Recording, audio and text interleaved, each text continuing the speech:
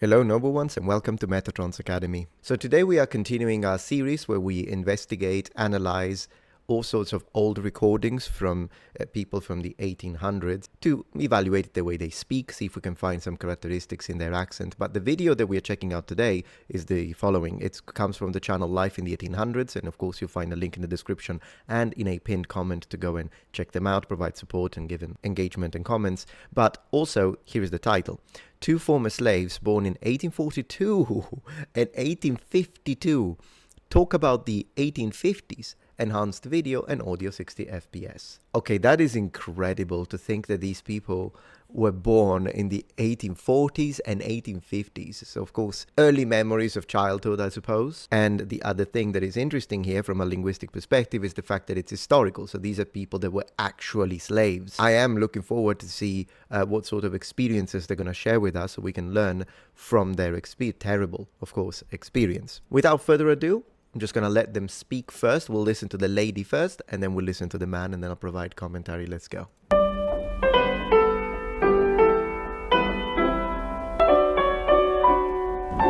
all, at the ripe age of 102, you must have had some interesting experiences. Tell us one of them when you were a little girl. Yes. Well, when I was a little girl in slave days, I always had something to do every day. Every day. We didn't have time to play very much at all. Because I myself was in the house for most of the time. And days like this, while we were outdoors, pulling up weeds, or picking up feathers where the chickens would all make them through the yard, or every day. And in cloudy days, while we were in the house, we had a big pan of sand, silver fan and an old slipper, scrubbing up the floor in the big dining room where they ate the meal. Mr. Haney, where did you live? Okay, so that was the lady. Already, it's remarkable. I mean, for what they tell us, the information here is that she's 102 years old. So she seems very sharp, to be honest, for that age. There is an indiscernible section here. Let's see if we can figure it out. Let's listen to it again. At the ripe age of 102, you must have had some interesting experiences.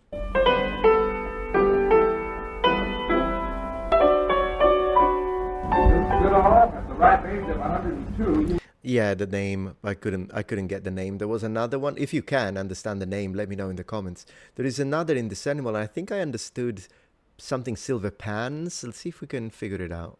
It has become a little bit of an investigation now. Other days, while we were in the house, they had a big pan of sand, silver fan, and They had, I think she said, we had a big pan of sand and silver pan. an old slipper scrubbing up the floor.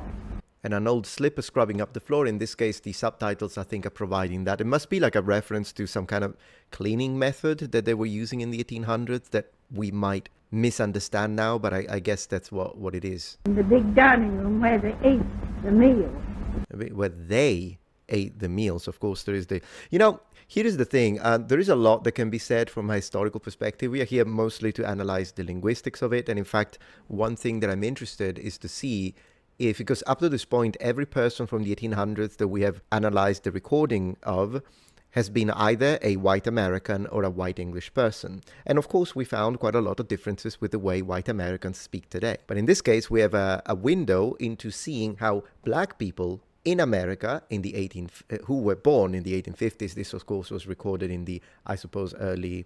Well, it must be 1940s now since she's 100 years old, yeah. Maybe 1950s. If there is a major difference. Now, I'm not an expert. I don't really know if there is a big difference. I can tell some things, but if you notice some differences, if you are an African American and you're watching this and you notice, oh, look, they say this because my grandma said it that way, please share it in the comments. I would be very interested. From a historical standpoint, there are a few things I might want to say, but for now, let's listen to the man and then we continue. The floor. In the big dining room where they ate the meal. Mr. Haney, where did you live as a slave? I was a slave all my life. Where did you live? I told you where I lived, but in Washington. Where did you live before Washington? I told you. I told you. It's like, hey, I told you. Why do you want me to repeat it? All right, so they said that there was, once again, an indiscernible section. Let's see if we can figure it out. I was slave all my life. I think he said I was a slave all my life. Let me hear it again. In the big dark. Where did you live as a slave? I was slave all my life. Yeah, that is what, oh my gosh, yeah, that's, I was a slave all my life. And then it looks at him, look at that.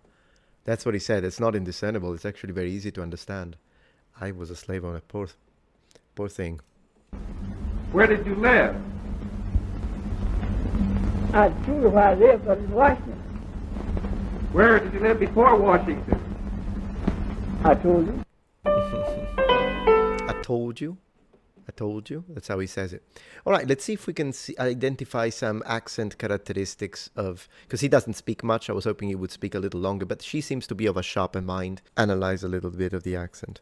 Goodall, at the ripe age of 102, you must have had some interesting experiences. Tell us why. Even his accent is, at the ripe age of 102, you must have had some interesting experiences. He already has that little bit of a mid-Atlantic accent. When you were a little girl. Yes. Well, when I was a little girl in slave days. It's crazy that she calls it slave days. Okay, so already we have flapping here.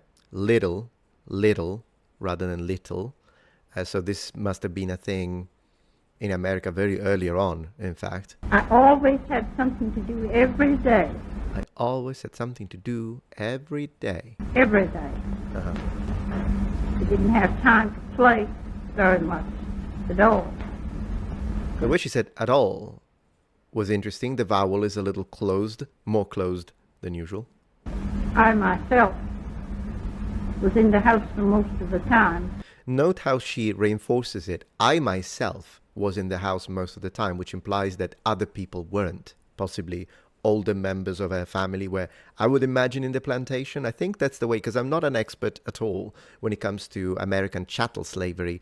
Usually due to the main channel that I have, which is focused on ancient history, I'm a lot more equipped to speak about ancient slavery. And of course, they function in very different ways. They are both types of slavery. And in fact, there are some similarities between the way chattel slavery functioned and the way, for instance, slavery worked in the ancient Roman Republic and Empire, in the sense their economy was strongly based on slavery.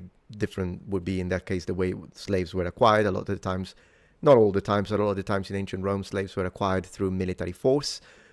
Kind of different because of, conquering of areas and whatnot. But that's just one example.